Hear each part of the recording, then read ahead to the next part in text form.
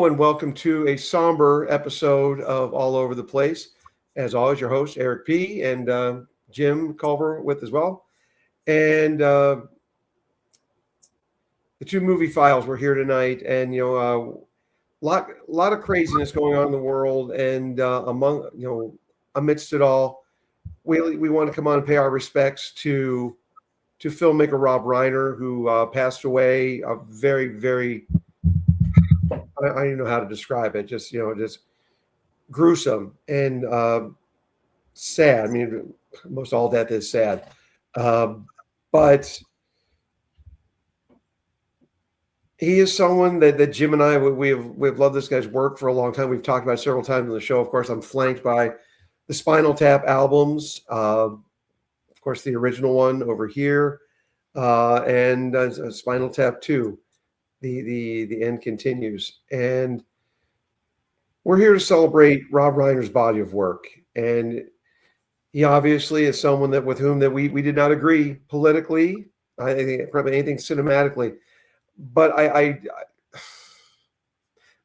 was reminded recently after Reiner's passing that after Charlie Kirk's death, when a lot of people on his side of the aisle were enjoying it, the murder, assassination, the death, however you want to define Charlie Kirk's passing, the left was gleeful about it. And he was a voice of reason on one of the talk shows and saying that should not be celebrated. This is not, just because the guy had a different opinion than you, which was a breath of fresh air from a guy who on Twitter and X and whatever has been vicious in recent years. I mean, just condemning anybody on the other side of the aisle. So for him to say that, I was hesitant to do this tribute tonight because of his what's the best word I'm looking for here? It's just nastiness, I guess would be the nicest word to say it. Nastiness, vitriol, and things of that nature. And just and I was also reminded our friend of the show, Eric Golub, and friend of mine, friend of the show as well. He had an encounter with Rob years ago, and just like Eric says, two Jewish guys hashing out. It was one of those agree to disagree moments that sadly is missing too much these days. And I just want to again pay tribute to Rob's body of work, and in the spirit of him saying that you should not celebrate another person's death. And let's talk about Jim. Why we're here. I'm going to cede the floor to you and take it away, and I'll jump in as we go. Yeah, well, I'm going to second what you're saying. I'm really here to celebrate his body of work. I will say that, I'm a believer that whenever possible, we should celebrate the art and not the artist and separate the two. But I will certainly concede these days it's a lot harder to do that between the internet and just how divided we've become. It almost seems impossible to completely separate the two, especially when the artist goes out of their way to not let you do that. And for years, Rob Reiner was one of those people. He seemed to have kind of had a wake-up call the last year or so. He pulled back from social media. He scrubbed a lot of his social media accounts. The things he said and did are still out there in some form or another. Discourse is lessened because of him and others like him and things they said. But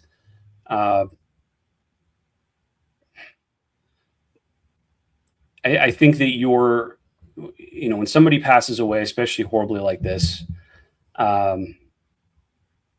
you can still mourn them. You don't have to give credence to anything, and certainly to their worst things that they said or did, but you have to look at someone in a totality of their work and then who they were. And I choose to celebrate his work.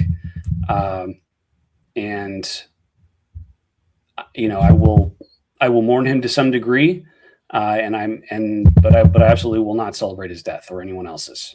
That's just a moral line I choose not to cross, but I understand not everyone feels that way, but that's how I feel. So I'm with him. And with that said, I mean, the man was an absolutely incredible filmmaker. He was also a great actor, a great writer, and had, and just had an absolutely incredible run for a while there as a filmmaker. Really came into his own in the 80s, although he'd been around for a while. He was, he wrote for the Smothers Brothers. He starred on All in the Family, of course, some iconic characters there. But yes, starting in the 80s, coming in as a filmmaker, he had an absolutely incredible run. And I've seen this with other filmmakers where they just will have a really incredible hot streak for 5, 10, 15 years that really defines their career. And then the quality of their work kind of drops off after that and is more consistent. Obviously John Carpenter in the 80s, absolutely incredible run. And then he kind of dropped off after that, and a few others. But Rob Reiner, man, in the course of about 7 years, 8 years maybe, he did, just looking through his filmography here, he did This Is Spinal Tap, The Sure Thing, Stand By Me, The Princess Bride, When Harry Met Sally, Misery, and A Few Good Men. In less than a decade. I mean, that is an absolutely unbelievable hot streak of films. And the majority of those coming in consecutive years. One after the other. Unbroken streak, not a bad movie among them. Great movies, almost or all of them, depending on opinion. I think Sure Thing was a fun teen movie, but it wasn't on the level of his other movies. Well, that's where you and I will have to agree to disagree. But fair enough. But again, it's all subjective. And for just a quick aside into that, Sure Thing for me, and I loved it from the start. I still can. To me, his first movie is my all-time favorite. Obviously, I know we've talked about it several times on the show. My love, bordering on obsession, with Spinal Tap, and I'm glad that Spinal Tap 2 did not disappoint the way other Spinal Tap projects have through the years. And my second favorite for me is The Sure Thing. And believe that's going up against Few Good Men. I love all this guy's movies. But to me, just the character study in that one, all the little ancillary characters, John Cusack, some of his finest, if not his finest work, straddling that line between teenager and young adult. And I think that was a better performance than I love Lloyd Dobler, say anything. But I love what he did in The Sure Thing, and Gibby, and just giving us the wonderful line, "Nick's your buddy. He'd let you puke in his back seat and be okay with it." It just good stuff, and that's actually where that was the introduction of Tim Robbins and John Cusack and the Gary Cooper partnership that they. No Sure Thing, no tape heads, and that is a travesty as far as I'm concerned. But just again, every opinion, mileage, as they say, does vary. But just like Jim said, just a hot streak. And I like North, kind of like a little bit of a bump in the road before he got to The American President and goes to Mississippi. Mm-hmm. But still, just bam, bam, bam, and because he was an actor and in a damn good one, and like Jim said, a great writer as well. I think what makes all of his movies damn near flawless and had that hot streak is he understood how to direct an actor, and sometimes being an actor within his own movies. So it's apparently Burt might be the only person at the same time who had that kind of a hot streak into the early 90s. Yeah, to your point about directing actors, he apparently would do something that almost no directors would do. It's apparently really frowned upon.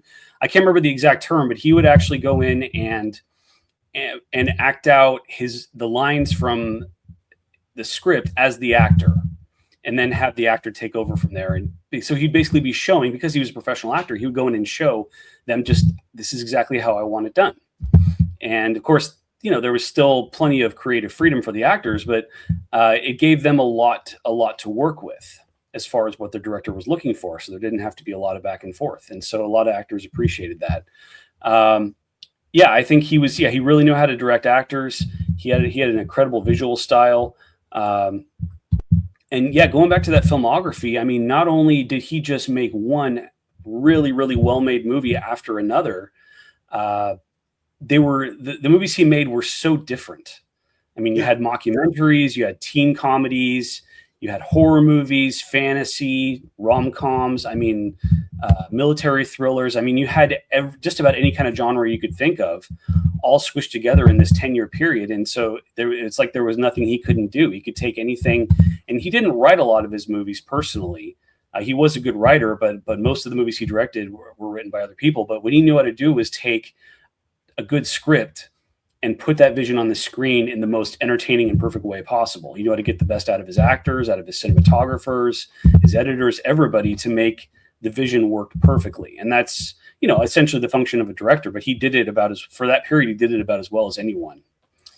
And he isn't, remembered as an auteur or anything like that. Nobody, when you talk about your favorite directors of the 80s and 90s, Rob Reiner usually doesn't come up, maybe because he was so inconsistent after that early hot run. But, he was just insanely talented. I mean, you look at a movie like The Princess Bride, which is one of my all-time favorites. I grew up on that one. Just the ways that could have gone wrong. In the 80s, having this kind of self-referential, fantasy movie that made fun of itself and kind of winked at the audience, but was still just, entertaining all the way through, had a bunch of comedians and unknown actors in the leads. That could have gone off the rails so easily. And so many movies from that period did, but he knew exactly how to hold it all together and make the vision work perfectly. And I think that was really his talent. And after that period, things got less consistent. North, obviously not liked by a lot of people, but obviously has its defenders. By the way, did you see the Comedy Central roast of Rob Reiner? I caught bits and pieces. I didn't see that one beginning to end. I did catch some bits and pieces. Okay, so there is an I guess famous or infamous, depending on how you look at it, review of North by Roger Ebert. Where he gave, I think he gave it 0 stars, and so Richard Belzer got up and instead of roasting Rob Reiner, he made Rob Reiner get up on the stage and read the review. He had it printed out and made him read it in front of everyone. So he read this entire section of it, saying, "I hate this movie. I hate it. I hate everybody who, I hate that people thought could be entertained by it."